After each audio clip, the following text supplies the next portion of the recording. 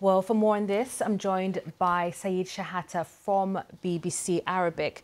And Saeed, this latest strike by the US is different from the one that we saw, the first major strike. Why do you think they've carried out a fresh strike? I think to give assurances for the shipping companies that it's American supporting the freedom of navigation in the Red Sea, and it shows the insistent and the persistent of the United States and its allies that they are carrying on all the work to protect the freedom of navigation. In addition to that, they try to weaken the abilities of the Houthis, because Houthis resisted for years, and they came out stronger after the bombing of Yemen by the coalition led by Saudi Arabia.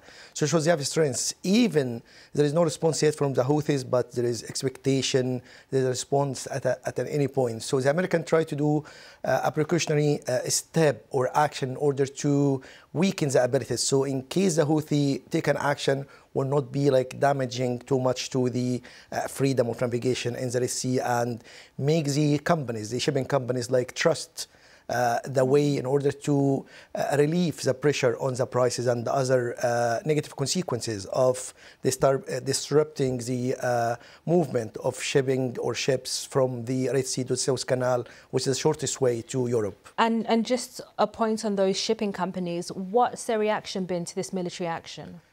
The problem, even the intention of the American to give assurances, on the contrary, there is 4 big oil tankers companies. They diverted away from the Red Sea and they halted their activity there.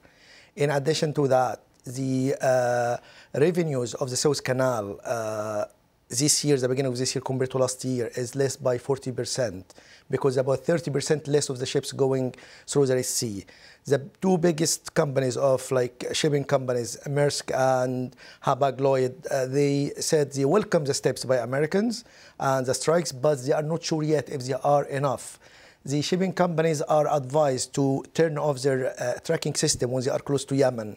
They're putting guards, army guards on the board in order to... So all of these steps by the shipping company shows the American strikes and the British are not giving the assurances yet. So, and even with that, with the Houthi response, imagine there is a Houthi response for that, it will put off some other companies, and this will have consequences on the prices of oil.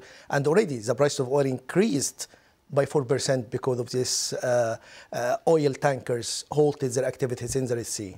Thank you very much. Shehata there of BBC Arabic. Thank you for joining us.